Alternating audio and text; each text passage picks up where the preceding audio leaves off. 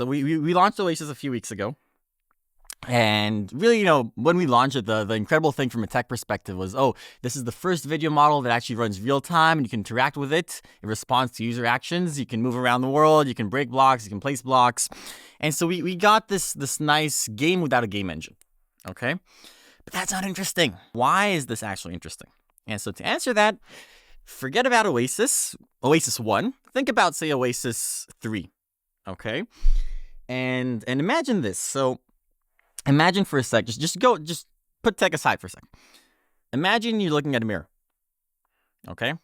And you have this magical mirror that you can talk to it, okay? You can tell it to do cool things. You can say, hey, I'm here, and here's my hand, and I want to hold a sword, okay? Can you give me a sword? And then you look at yourself in the mirror, and boom, there's a sword in the mirror where your hand is, okay?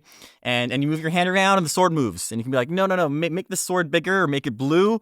And it changes, and you can be like, okay, now turn me into Game of Thrones, and everything around you become Game of Thrones, and then you get a crown and everything, and you can be like, I don't like my crown, change it a bit, and then you start jumping, and you move around, and the mirror responds to that, okay? And that's interesting. Now, the reason that's interesting is because it's a completely different experience than anything we've had before on Earth. And it allows us to kind of channel our imagination through screens that we can see. It connects two things. It connects what we see in our minds and what we can see with our eyes. And so that's where we're going with this. How can we, in a sentence, how can GenAI really allow us to connect our imagination to what we see on our screens? And with that, we can take it into really worlds that we didn't explore before. It can change everything from applications we can't do today, all the way to how we even interact with computers or with hardware.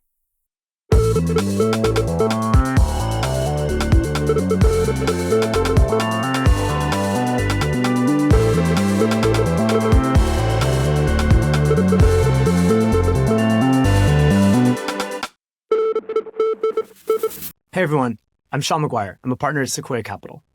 Today, my partner Sonya Huang and I are going to interview Dean Leitersdorf. Dean is a brilliant young mind. He grew up back and forth between Israel and the United States. He was the youngest person to ever get a PhD from the Technion at Israel at 23 years old, at least until his younger brother beat him and got his PhD when he was 21. Decart is trying to deliver delightful AI experiences, really trying to let people interact with their imagination and other people's imaginations in a way that's never been possible before. To do this, they are fully vertically integrated, optimizing everything from as low level as CUDA kernels up to designing their own models, training the models, and then at the end of the day, delivering experiences. Over the next few months, we're going to see some pretty impressive launches from these guys. Dean, thank you for joining us today. I was just playing Oasis this morning. I had so much fun. So let me start by asking, Oasis, a fully playable AI game engine. It's like, what is it? Why did you launch it? About Oasis. So we launched Oasis a few weeks ago. And really, when we launched it, the incredible thing from a tech perspective was, this is the first video model that actually runs real time and you can interact with it. It responds to user actions. You can move around the world. You can break blocks. You can place blocks. And so we got this nice game without a game engine. Okay. But that's not interesting. Why is this actually interesting? And so to answer that, forget about Oasis 1. Think about, say, Oasis 3. Okay. And imagine this. So imagine for a sec, just put tech aside for a sec. Imagine you're looking at a mirror, okay? And you have this magical mirror that you can talk to it, okay? You can tell it to do cool things. You can say, hey, I'm here, and here's my hand, and I want to hold a sword, okay? Can you give me a sword? And then you look at yourself in the mirror, and boom, there's a sword in the mirror where your hand is, okay? And you move your hand around, and the sword moves, and you can be like, no, make the sword bigger or make it blue. And it changes, and you can be like, okay, now turn me into Game of Thrones, and everything around you become Game of Thrones, and then you get a crown and everything, and you can be like, I don't like my crown, change it a bit, and then you start jumping, and you move around, and the mirror responds to that, okay? And that's interesting. Now, the reason that's interesting is because it's a completely different experience than anything we've had before on Earth. And it allows us to kind of channel our imagination through screens that we can see. It connects two things. It connects what we see in our minds and what we can see with our eyes. And so that's that's where we're going with this. How can we, in a sentence, how can GenAI really allow us to connect our imagination to what we see on our screens?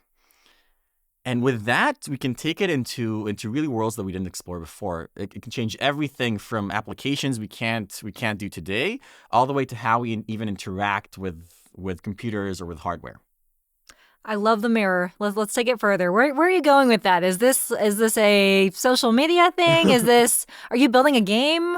Are you building a world, a world model, an interactive world model? Like, how should I think about, what is Decart? What is Oasis?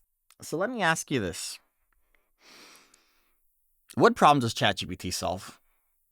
Homework, great. And what else does it solve? It makes it easier to talk to computers. Nice. Shaun knows the answer because I spent a lot of time with Dean. Shaun. Classic Shaun. I spent a lot of time with Dean. But exactly that. The TLDR is ChatGPT doesn't solve any given problem. It helps you do your homework better. It helps you write emails. It helps you summarize. Exactly. Now, it doesn't solve a problem. It overcomes some fundamental limitation, which is exactly what Shaun was saying, that it overcomes this communication barrier between humans and computers. Mm-hmm. Computers speak in structured languages, humans in unstructured languages or in languages with complex structure, that LLMs just bridge that gap and let computers and machines interact with each other in a language that we can both understand.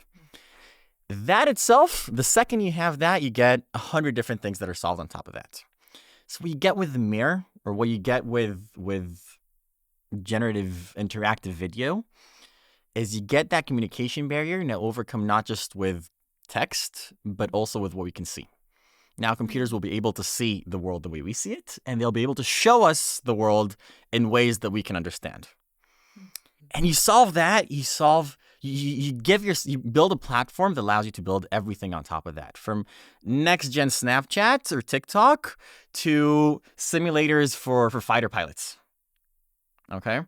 And that's the cool thing here. And that's, if now we're in 2024, I think one of the most fun things we had at Decart is that we're founding a company when you have an opportunity to build something that doesn't solve a problem but overcomes a limitation.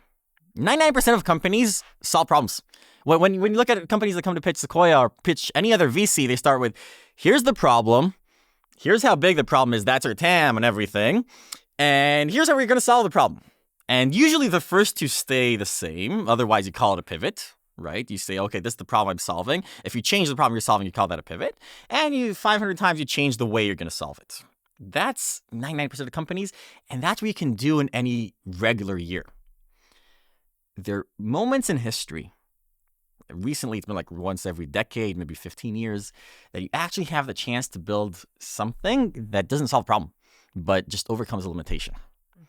And let me ask you this in a different way. Is the Mac a consumer product or an enterprise product? And is it a hardware company or a software company? Is it a hardware company or a software company? Dichotomies. And what problems does it solve? Okay. And if you try to give me a list of problems that the personal computer solves, you'd have everything from gaming to Excel. And that's the nice thing about this, that you're building an insane piece of tech that you'll be able to productize in so many different ways. Yeah, I love that. Mm-hmm. One of the things that was so cool about what you've built is that there's no game engine inside, as far as I can tell. Like, what do you think that means? Like, do you think that game engines are an artifact of the past, or like, what does that mean? Game engines were supposed to make it so that we can, so that one person can create a world and a different person can interact with that world, right? That's the purpose of game engines. You have the game developer and you have the user that uses that, and it might go also for movies or whatever other people use game engines for. Right? Unreal has been used for movies a lot recently as well. Now that is a very valuable product, and it has lots of advantages to it. The world is very consistent. You can really make things very accurate. The problem is that it does take a lot of time to interact with it.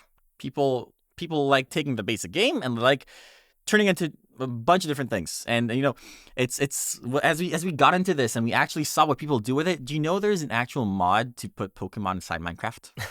Okay, you could walk around the forest and there's Pokemon running around. That's an actual mod someone built.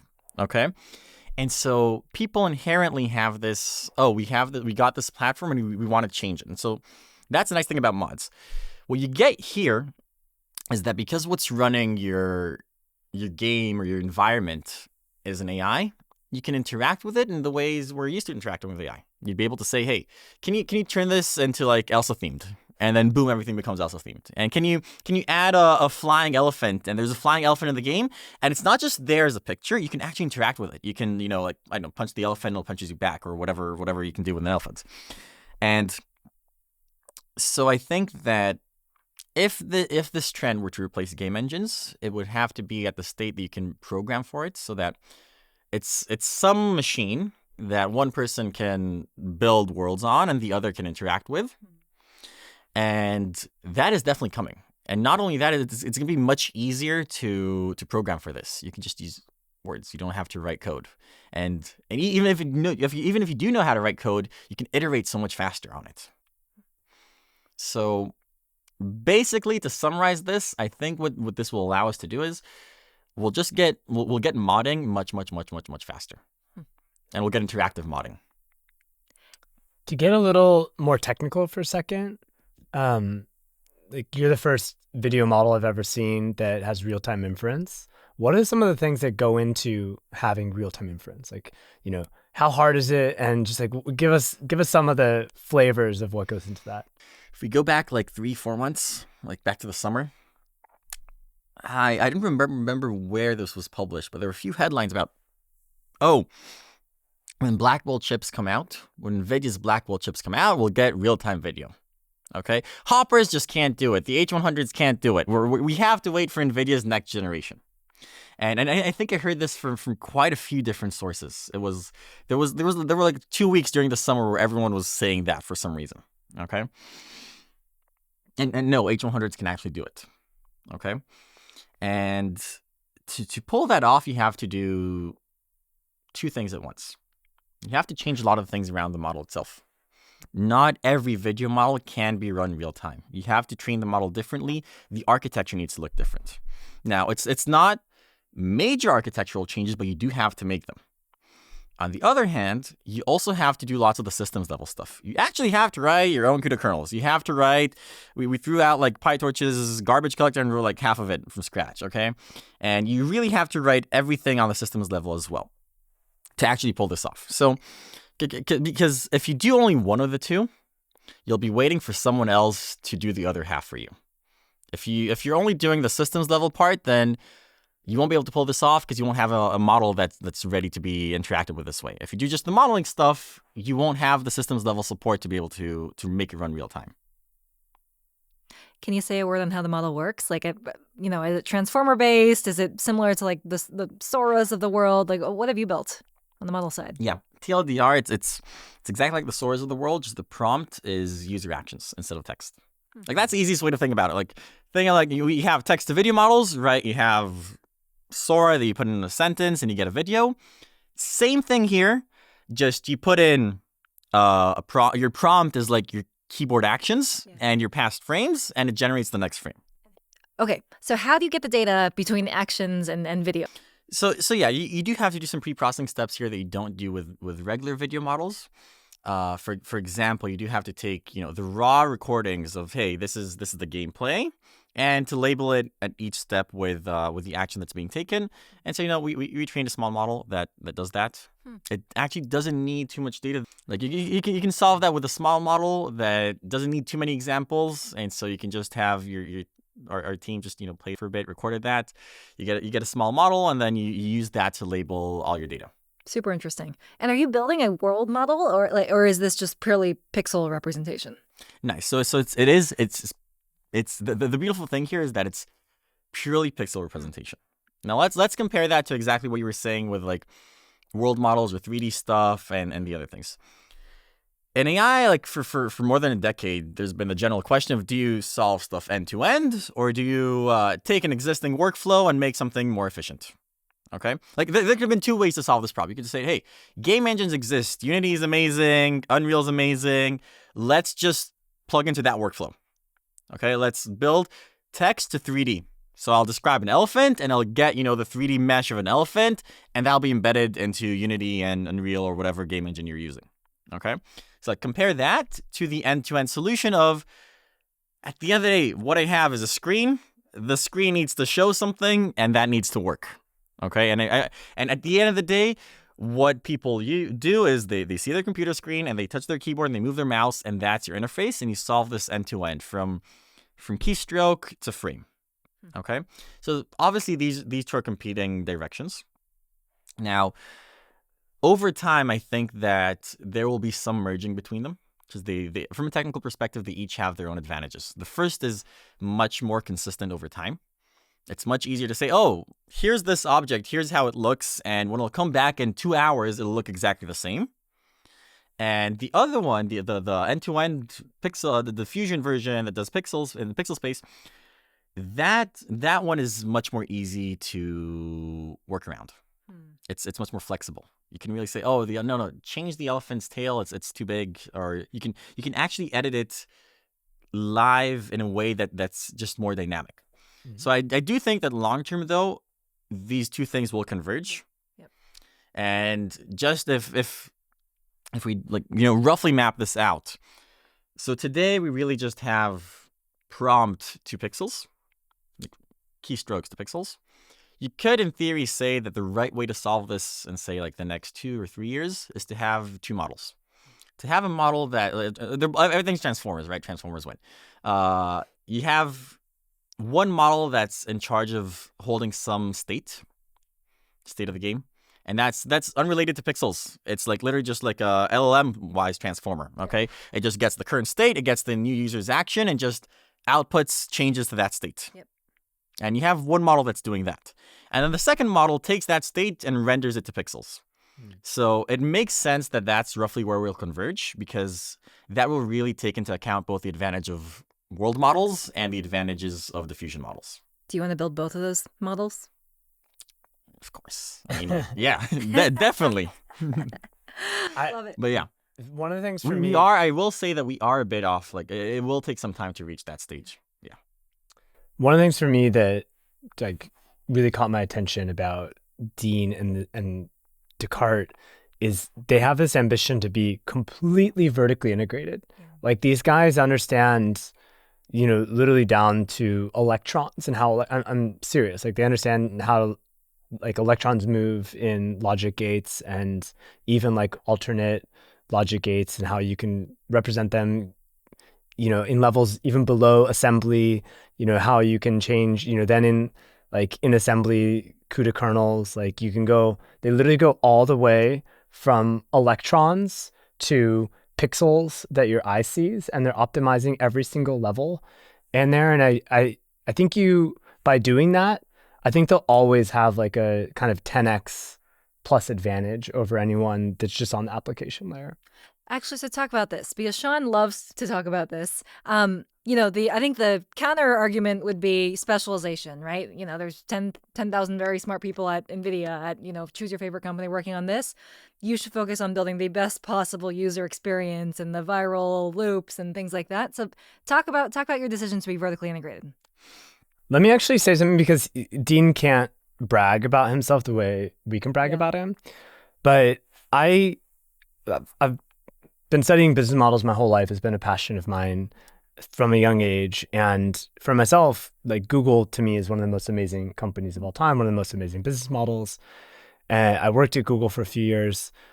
I really feel like people have the wrong understanding of what was Google's moat. For its worth, I also think people have the wrong understanding of what is NVIDIA's moat today. But for me with Google, obviously Sergey and Larry had invented PageRank. PageRank was a very beautiful algorithm, but it was like a deep insight, but it's very simple to implement. It's like a very basic graph theoretical idea. And it was a published paper. So once PageRank came out, everyone replicated it very quickly. For me, the real advantage of Google was that these guys were some of the best in the world at distributed systems and at low-level systems optimization. And they had this very profound insight from early on that basically all the other search engines were buying Sun Microsystems, like server racks, the way they would get fault tolerance was by buying expensive hardware. Whereas for Google, they realized that they can buy just cheap consumer commodity hardware that fails all the time. You buy Intel Pentium processors that are in your gaming computer or like SanDisk memory. And, you need 5 times as many total flops or 5 times as many bits to get the same performance because of all the failure rates. But the cost per flop is like 1/50th. So you can have like a 10x cost optimization, 10x cost advantage by really leaning into distributed systems and getting the most out of the hardware. And what that led to with Google is like, for me, when I look back on when I first started using it, it was this very, very simple front end. It was literally just a white web page with like a search box. It was I think a worse front end than Yahoo at the time. Yahoo also had chat rooms and other like these kind of flashier, exciting things. But Google had this magical backend. Like all the magic to me of Google was on the backend. And I think that backend, the performance came from this cost advantage. And it came from the fact that they had optimized all the way down to the bare metal. And with Dean and Decart, the story really rhymes with me. And look, we need to stay humble. Like this company hasn't done jack shit yet. We need to, it's a very long way before they deserve a comparison to Google. But, and for what it's worth, Sequoia, led the Series A, co-led the Series A in Google. I'm very proud of that. Also led the seed in NVIDIA. So, we have good history. Good track record. Good track record. Also, Series A in Apple. But commercial break is over. Commercial break is over. But anyways, like I think to really deliver these like delightful, like say a delightful mirror experience, which is a very simple front end, I think you need this absolutely insane backend that is optimized to the bare metal. And I think it's kind of all or nothing. Like if you can't deliver real time, I don't think it's very good. And I don't think you can deliver real time in the next year without going all the way to the bottom. And so I don't know, for me, I think you kind of have to do that. Yeah. And these guys are the only ones I've seen doing that. Well said. Wow. I love what Shaun just said. Because two things really caught my attention. One is about the vertical integration. We'll touch about that in a sec, and it goes back to your original question. The second is really about, so I won't name names, but I was speaking to someone who's very, very, very executive at Google recently. Okay, and just reminiscing about the past and trying to hear, because I was 3 months old when Google was founded. Okay, so I was around back. I was around back then, but not really paying attention. And knowing you, Dean, you might have been paying attention. So I was trying to understand exactly what happened there, like why that was interesting. It came from like an unrelated conversation, and the way that person brought it up, we're talking about how GPU clusters are just unreliable. Okay. Just, in general, today, if you try to train a model like the one we trained on any cluster, okay, whether it's hyperscalers or GPU clouds, that thing's going to crash every few hours, okay? And you're going to have, like, the weirdest things, okay? You'll have one node crashing, and it'll be because 2 other nodes have dust on the cable between them. Okay, and there won't be any error to really tell you that that's what's happening. Okay, so your training run will just crash, and you're like, okay, why did it crash? And you'll try rebooting it, and it won't work, and then you'll try removing random nodes until you understand what happens. And that's the state of the entire industry. Yeah. Okay, pretty much like the only ones training that don't see this are probably Google and OpenAI, because they really built everything down to like Google built everything down to the hardware as well. OpenAI had a lot of time to really focus a lot on these reliability stuff, but anyone else's training, from the big companies to the small startups, they're all experiencing this. And so I was talking to this person who's very, very high up at Google, and they said, hey, we're today with like training today is like back where CPUs were in the 90s. Like forget like Kubernetes. There was no VMware. Yeah. Okay. Nothing was reliable, and your servers would just crash all the time. And you had the exact same thing that most companies didn't want to deal with that. And so they just either paid for the premium service that was somehow better, A, so they both paid more money, but B, they also paid with time. Like the broken hardware exists before the stable hardware exists. Sure, we'll get to stable training runs in a year, in 2 years, whenever that will happen. Okay, NVIDIA will make their chips more stable. They'll make their code more stable. The GPU clouds will figure out stuff around this. That'll happen. It's not the state today. If you want to train a model today, you're going to face all of that. And so one of the things that it's really a challenge you have to deal with, and at Decart, we deal with it. Okay, the reason we can, so the model that you saw, Oasis, okay, Oasis 1 converges from start to finish in 20 hours. Wow. And you can compare that, like we know what we have lots of joint work or communication with other AI labs. They were all shocked by this. Now, I'm talking like really about the best labs training diffusion models. For this model, their convergence would usually take around 2 weeks. And it's not, it's both because they're not using optimized systems layer stuff, but also because they crash every few hours or every few days or whatever. We can actually hold it. We can actually hold the training run end to end without crashing. We can also hold a training run for a week or for 2 weeks without crashing. And that reliability part really, really resonates with what happened back then. Now, the thing about it is that it's really not simple to pull off. You see, like we have this internal doc, I think it's around 200 pages now, of everything that can go wrong when you're training a model. And it's everything from, if you see this error on this node, then yeah, tell your hardware operators that these two nodes have a problem between them. These other nodes have a problem between them. And all the way to, and here's a fun one. At a certain point, as we were training Oasis, we were doing the training run. And we needed some synthetic data to generate as well. And so we said, okay, well, we have this cluster. It has a shit ton of CPUs as well. Like, great, it has lots of GPUs, but there's lots of CPUs and they're being like, they're utilized by like 3% or something. Okay, we can just use this and just generate lots of synthetic data on the same cluster as the training is happening, okay? By the way, this like blew the minds of our GPU cloud. They were like, you guys are using the cluster to like 200%. You're using the CPUs, you're using the GPUs, and you're using, we even use like the InfiniBand to send data around during training. So like we're getting a lot more out of the cluster than is like should be expected, okay? Now, that all makes sense. So on one hand, you have this, like the GPUs are utilized, the CPUs are not utilized. So you run like synthetic data in parallel. It's not supposed to utilize, it uses just the CPUs. And so it's not supposed to hurt anything. And then your training run doesn't work. Okay. And you get a random error that literally says, the team will know how to say this better, but the error that you get is something like missing lock file in the data loader. Okay, and it's like, how are these two related? Do you want to know how they're related? They're related like this. The synthetic data gen was using up more RAM, which is fine, but it caused, to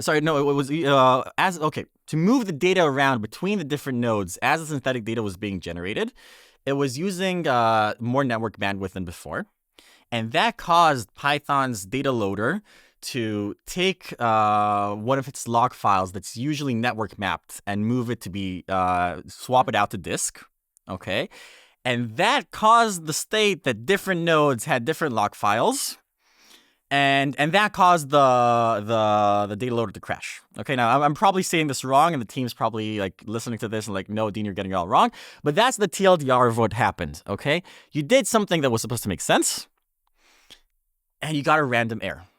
And that's the day-to-day, and we have a 200-page doc of all of these things. And so that's why it's hard. And this is a simple example that Dean is happy to share. Mm-hmm. Like there's it's one of the simpler ones. There's 100x harder, more important things that they've had to figure out. Mm-hmm.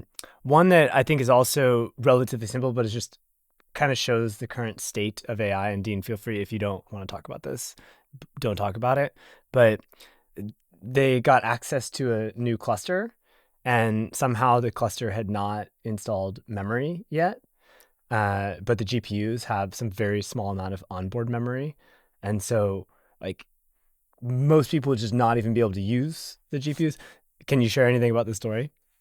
Yeah, so this is actually a nice story. So, you know, we call this the best place on earth to train a video model. Training a video model isn't just the cluster. It's everything surrounding the cluster. Okay, you need to have the storage there. You need to have the networking there. There's so much that needs to go into building the best place on earth to train a video model. And we're actually very far away from that. Okay, like I'm assuming that roughly over the next half year, lots of this will stabilize. And lots of the GPU clouds are working on this. But yeah, with one of the clusters that we got to, there wasn't any storage. And by the way, it wasn't even with one. It happened with a few clusters and different clouds, okay? That, you know, the clouds, they bring the GPUs and they try to get everything to production. They're so focused on getting the H100s that, you know, they forgot the memory or the storage. And it's fine. And it's okay. And they were going to install it. They would get there. But, you know, they try to release everything as fast as possible, which is great, which makes sense. And so, okay, there was no, you know, stable storage optimized nodes that you can use, or an S3 bucket or something that you can use. And so we said, okay, well, every node has, like, you know, a few SSDs connected to it. What if we just, you know, build our own mini fake distributed file system on top of that? Okay, and that's what we did, and it worked. And there were so many things to overcome to make that happen.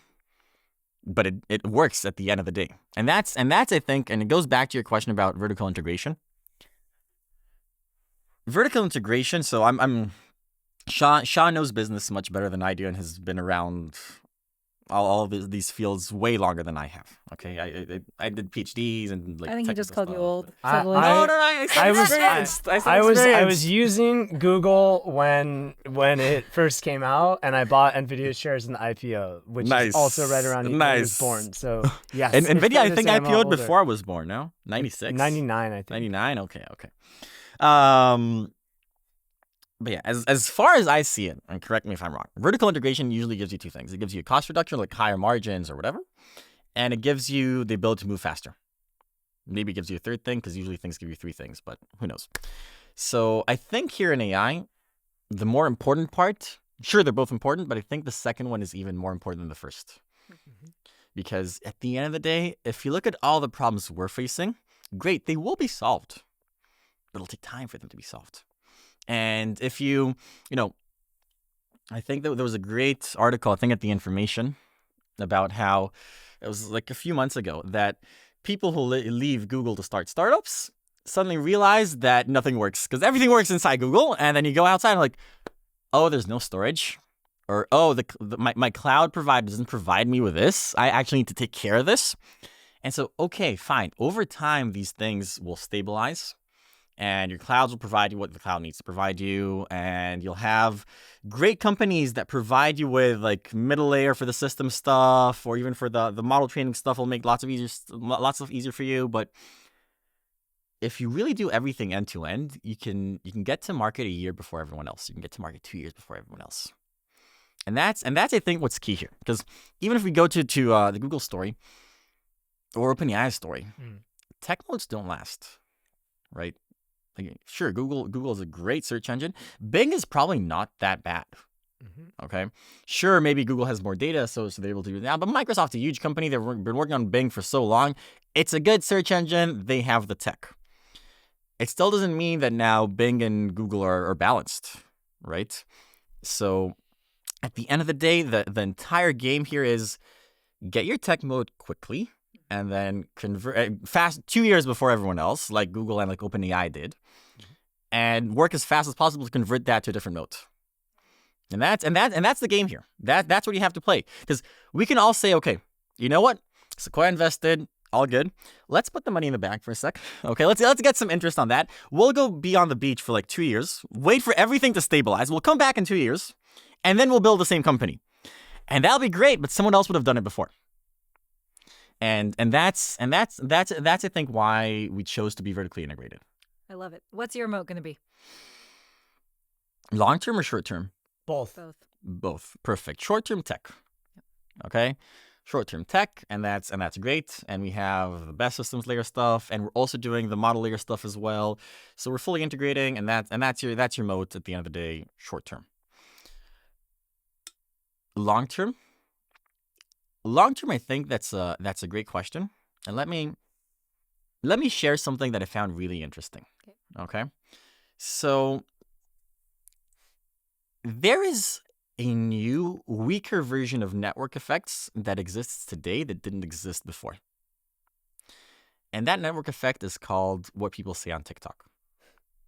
Now, why is that interesting? Okay, one of the companies that that we learned a lot from, and that I think is an actually really, really good company. They did end up selling to is Character AI.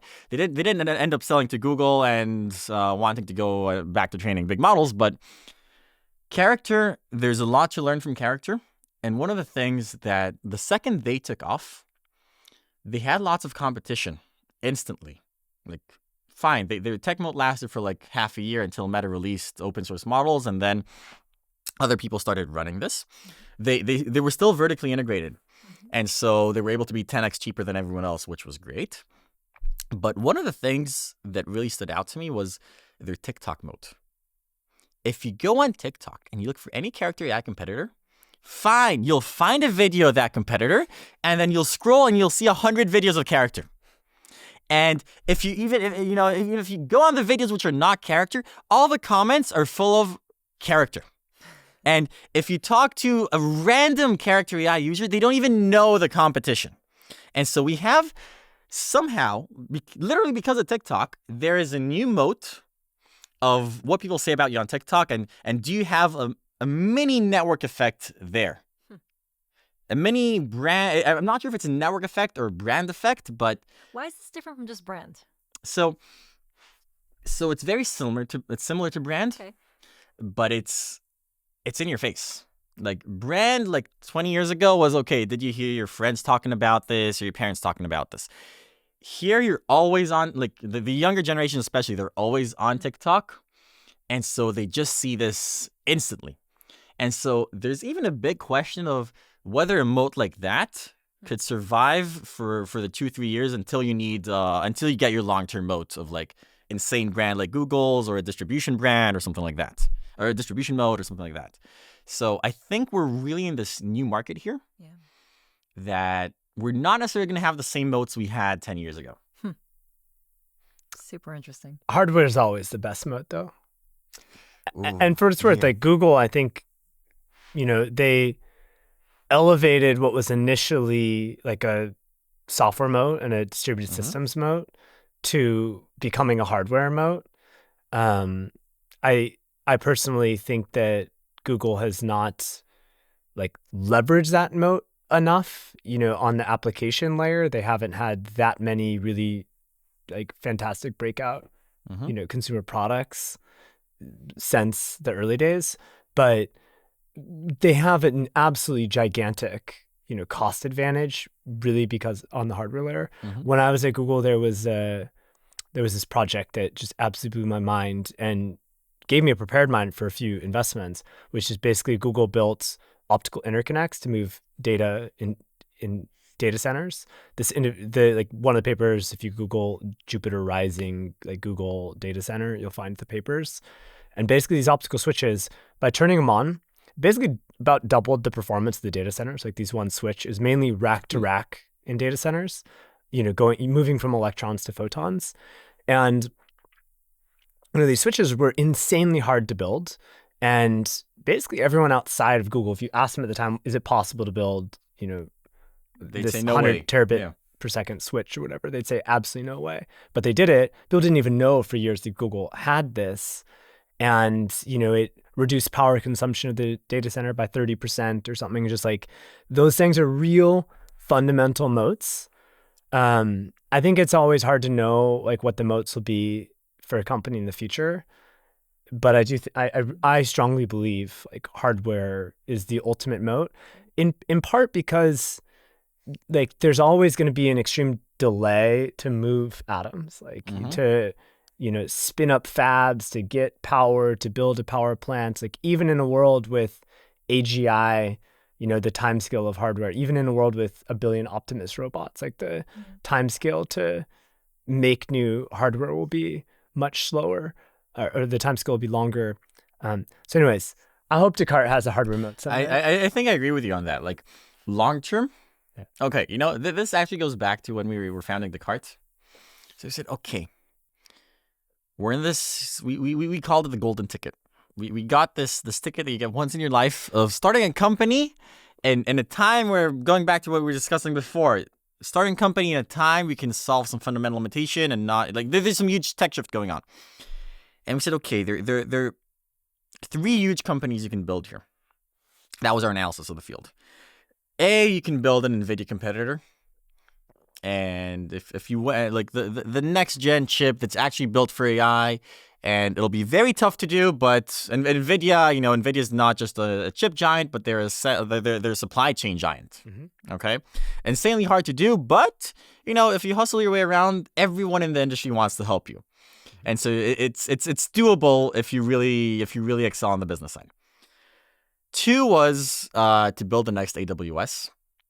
Like, there is an opportunity, because the workloads themselves are changing. There is an opportunity to be able to build a new cloud. Very, very, very tough, because in that market there's a default winner. If you all lose, the big 3 will still win. The big 3 plus Oracle or the other clouds as well. And the 3rd was create new experiences.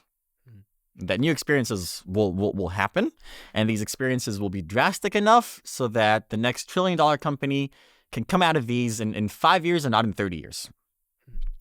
And so we had to choose one to start with. We chose the experiences one. But a definitely strong second was, let's build an NVIDIA competitor one. And so we have that lingering thought of one day we'll get back to this. I see why you two are friends. I want to close it out with one last question. If everything goes right, what is Decart in 10, 15, 20 years? And what experiences have you crafted? And, like, what is the future of consumer entertainment? I don't know if that's the right market. And I'll say this, and I'll give credit to James from Sequoia here, because he's the one who coined this term. Okay. Generated experiences, GX. Okay. And we call this UX is dead, long live GX. Okay. Basically, we're going to have new experiences that are generated in ways that match how humans want to interact with computers. And that encapsulates everything from character AI as a generated experience to real-time video models or generated experiences. And that's what we're going to see. With Decart, at the end of the day, is a generated experiences company. We're implementing this with being fully vertically integrated, with having the systems layer. At the end of the day, you're a generated experiences company. You're creating the new wave of experiences that's going to touch every single person on the planet. And that's where Decart is. Now, the only question is whether it does take 10 or 15 years. In today's age, it might take less. It took a long time for the previous Titans to rule the world. I don't know if it'll take that long this time. It'll definitely take at least 5 years. You operate on a different time scale than a lot of the best AI researchers that are in our orbit, and I really respect that about you. Should we close it out with a rapid fire round? Sure. Okay. Start it off. Favorite AI app other than Oasis? It has to be between ChatGPT and Character. What do you use Character for? Not using Character. Okay. But on the basic notion of that we'll have these apps that are entities that hold some kind of relationship, whether it's friendship or whether it's utilitarian, with hundreds of millions of people. I think that's an insane platform that's going to be the basis for so many things going forward. Yeah, I love that. Favorite AI company? Could be the same as the last answer. Same as the last Same two. as the last answer. Okay, let's see. When did you first program a computer? First program a computer. When I was 13, bots for RuneScape. Okay, great game, RuneScape. I botted the hell out of it for years until 6 years in, I used a bot that I downloaded from the internet. 24 hours later, got banned. Are we gonna have AI-generated video games first, or AI-generated novels? And I mean, at the level where I would actually pay for it. The first thing you're gonna have is a platform that lets other people use their creativity to create this content. Okay. Because AI is still far away from creating creative content. Ah, super interesting. Okay. Who's your favorite scientist ever? Favorite scientist. That one I like. That one I like. It's there's a reason we chose the name Decart. We chose the name Decart, because okay. Well, first of all, I'll answer the question. Favorite scientist is Da Vinci, because I think he's both an insane scientist and engineer, and somehow was able to get people to fund his projects. Okay, he was like, if you go back to Da Vinci, like he literally was a great scientist, engineer, and somehow knew how to raise money from VCs back then, which were kings. Okay, so yeah, definitely Da Vinci, and Decart and Tesla are close seconds. The reason we chose the name Decart was we looked at Tesla. We're like, okay, we love both that company and the name, and we needed someone who resembles the same thing that Nikola Tesla resembled to the company Tesla, and for that was Decart, because I think Therefore I Am resembles almost a lot of what AI is today. Mm-hmm. Brilliant. It's a perfect note to end on. Dean, congratulations on what you've done. Thank you for joining us today. We love this conversation. Dean, and I'm not going to congratulate you. You haven't done jack shit yet. Right? Let's build something insane, but I love the sentiment. We can't celebrate until we really win. Yeah. Okay? There's no celebrating small wins.